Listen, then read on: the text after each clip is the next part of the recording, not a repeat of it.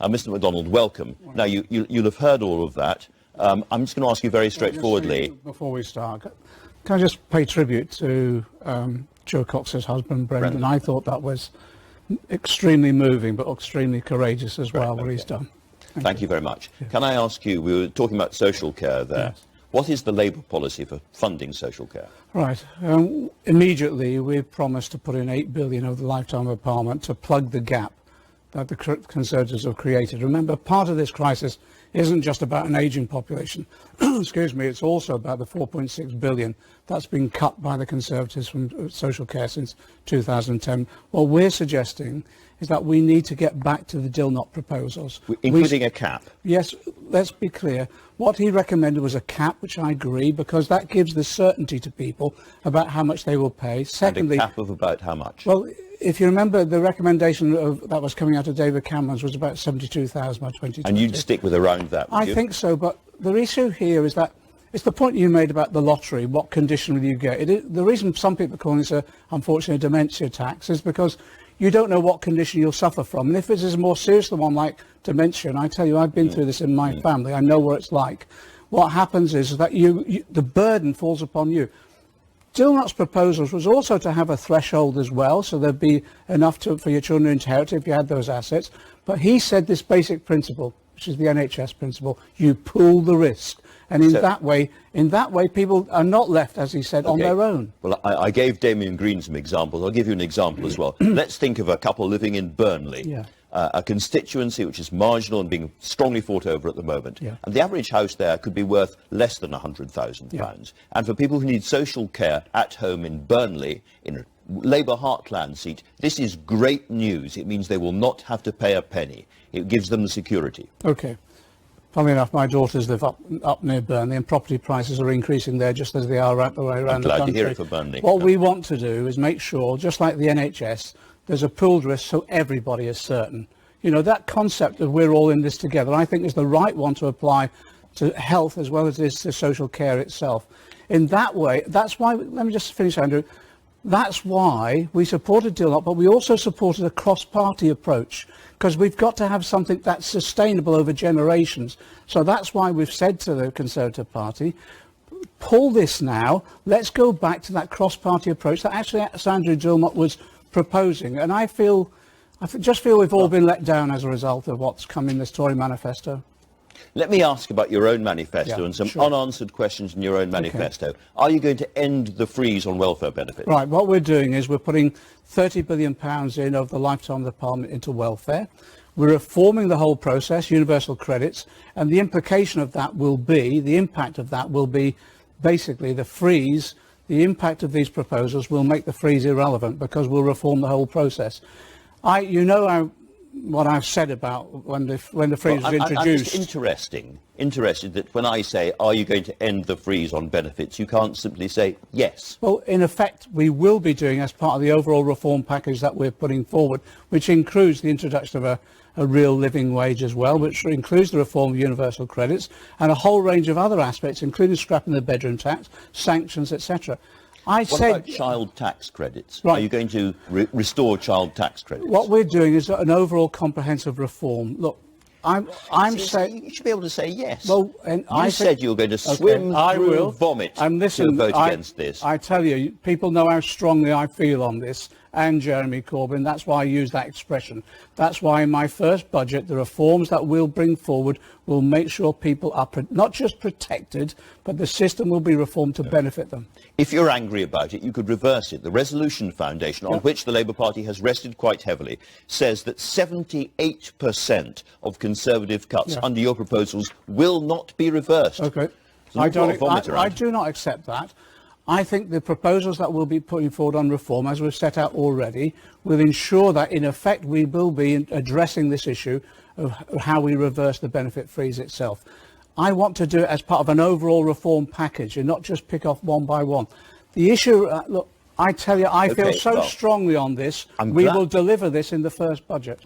It would cost you £8 billion to do the things that I've suggested. Socialism, as the man said, is the language of priorities. And your priorities as a government seem to be directed more towards middle-class families, because you find £11 billion to reverse the university charges. And that, as you know, mainly the university fees mainly go to middle-class families. Well, why can't you find that kind of money for people on benefits? We are putting £30 billion in benefit changes to make sure we tackle the real issues and reform the whole system. So £30 billion is going in. But remember, this issue, I know what people are saying about the issue around tuition fees, but we've just seen for the first time, because the Tories increasing tuition fees from £3,000 to £9,000, we've just seen state children, the percentage of state children declining. So it is becoming a disincentive for our youngsters to stay on, and that affects, well, aspiring working class families. OK, well, let's look at another aspect of the manifesto, which we can't disagree about because it's true: higher taxes and higher debt. Now, you have said that you're going to borrow, roughly speaking, £25 billion a year for 10 years, to £250 billion, a huge amount of money. But you've also said that you're going to nationalise privatised industries without telling us how much that's going to cost. And at the end of all of this, you're going to have less debt than before. Do you mean less debt in real terms? It's in relationship to trend GDP. So it's a smaller percentage, it's not a smaller figure. As the economy grows. So that's the way in which basically economists and others, the markets value our economy. So all of that, sorry. OK, let me take you through it, shall I? No, well, I just want to jump in a little bit. All of that, because that all depends. To get those numbers to work, that all depends on a certain rate of growth of the economy. Otherwise, it's kind of meaningless. So what is the rate of growth that you're looking for? Right, let me just take you through bit by bit, because we need to unpick that. Can I start off with the basic proposal as well? We published this. No other political party, well, certainly the Conservatives haven't. The Conservatives published their manifesto. You picked Damien up on this one. Others, IFS, other independent organisations, have costed the additional funding that's needed for the Tory manifesto is £40 billion. I don't think there's a pound sign in their manifesto at all. No, completely uncosted proposal. So I'll come on. So I just want to contrast. He had to go at you. You're having a go at him. Fair dues. I want to come on to your own borrowing. OK, we published this on the basis of every policy would be cost and a funding source. On borrowing, on the £25 billion, basically, you know as well as I do, the OBR multiplier is 1. That means for every pound you invest, you get at least £1 back. That will cover our borrowing as we go forward. The £25 billion a year, how have I arrived at that figure? It is from the CBI saying we need £500 billion investment over a 10-year period. It's less that figure than the figure of economic growth that you require as a Labour government to fund your own plans. The OBR analysis is basically for every pound you invest, you get £1 back, so it will cover the borrowing itself. Can you give us a number in terms of the economic growth that you need to cover your plans? Well, it is matched. It is cost neutral. It is cost neutral. The growth figure... It can't be cost neutral if the economy isn't growing. Well, what I'm saying is the OBR is saying very clearly their multiplier ratio is 1. So in other words... So 1% growth is your figure? Well, yes, for every 1% you grow, for every 1% investment, you get 1% back. But the whole point of this is that I put forward a programme which is completely cost neutral on the nationalised industries. I think we're not getting anywhere here. No, I'm trying to say to you... So what is the cost of nationalising our investment, industries? Our capital programme, I'm saying, is cost neutral because for everything you put in, you get the money back. Not me saying this, it's the Office of Budget Responsibility. On the nationalised industries, what we do is we'll issue, bonds for shares.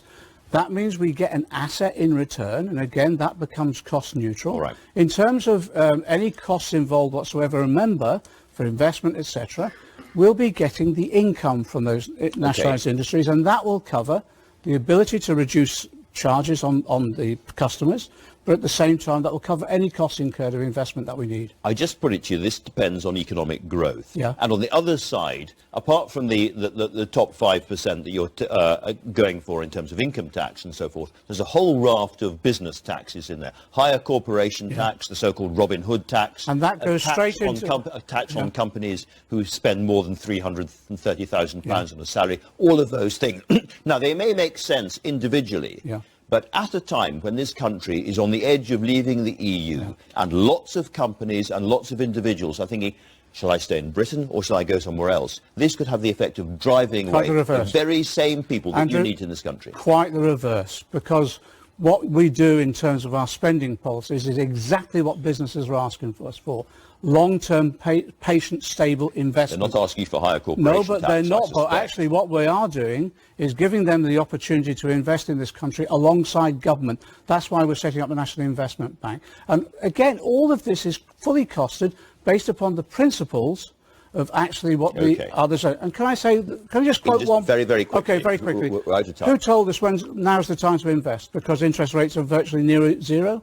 Philip Hammond only a couple of months ago. He couldn't deliver his own. Who knows project. whether Philip Hammond will be there for a very long time. Well, anyway, you will not be there. You've been discussing Damien Green via me. You'll be able to talk directly in just a second. But for now, let's have a look at what's coming up straight after this programme. Very interesting. And Damien Green and John McDonnell are both back here. Just before we get going, Damien, John just mentioned Philip Hammond, the Chancellor. There's a lot of talk that you are being lined up for his job immediately after the election. Have you had any conversations with anybody about this? No. Would you be prepared to do it? Are you qualified to do it? Philip Hammond is doing a great job as Chancellor, and I'm sure will continue to do so after the election, not least because of what we just... Sorry, can I just address something that John said, where he said, we're not going to borrow anything, we're going to issue bonds. That's how governments borrow money. It is absurd to say that you can take over the rail industry. It's covered. You've issued a bond. Wait for me. You still have to borrow the money. You issue bonds for shares. The income from profitable assets then covers the cost. Simple as that. And it's been done by government after government, effectively. It's the gilts market. Okay. But it's borrowing. You're borrowing 25 billion is covered. Plus no, don't 40 make this billion up. for the Do national not make grid. this I'm not up. making up. You don't appear to know what government borrowing is. That is covered by the income from those assets, isn't it? If I take a mortgage on my house, I borrow a huge sum of money and but pay these it are back out of my operational income. companies. I've still borrowed the money. These are operational companies that have profits, so those profits will cover any cost of that borrowing. That's what pays off my mortgage. It is. You're saying it's not borrowing. I'm still interested. I'm still really interested in what you both think the economy needs to grow by, because John McDonnell was saying that your manifesto has got £40 billion of extra spending hidden inside it. That needs to come from somewhere. You've got huge spending commitments. That needs to come from somewhere. This needs to come from the economy growing. So how much does the economy have to bring? What we're saying, for every level of investment we put in, we get an exact return to that amount, if not more. So it does balance out. So these become cost neutral. The issue for this man, look, we funded it. In their manifesto, not a single pound. Sorry, now it might be. You haven't funded a single penny of buying the national grid, the rail industry, the water industry, half the energy industry. Sorry, this is fatuous economic talk from you. You don't understand what happens is that you borrow the money from an asset. Exactly. And you borrow the money, profitable and that asset adds covers to your the cost. borrowing total. Look, what you're doing in the water industry, you're an associate director of a company in the water industry, weren't you? Whilst you're an MP. Yes, you were. And you made quite a profit out of it. £18 billion worth of profits paid out to shareholders during your period when they were there. And we're going to take that money, instead of using it for dividends for shareholders, rich people like you, we're going to ensure it covers the cost. No, we will use, instead of giving it that in dividends, we will use it to cut costs at the same time. You don't understand capitalism. Oh, dear me. Well, you certainly do, don't you? Because you are one of those people who made a fortune out of the water. This goes on much longer. Can I ask one thing, however, about the Conservative plans? Because what you haven't done is been very clear about what's going to happen to taxes if you're re-elected. Is the truth not that actually you're going to have to put taxes up too? 40 billion means £1,000 on tax.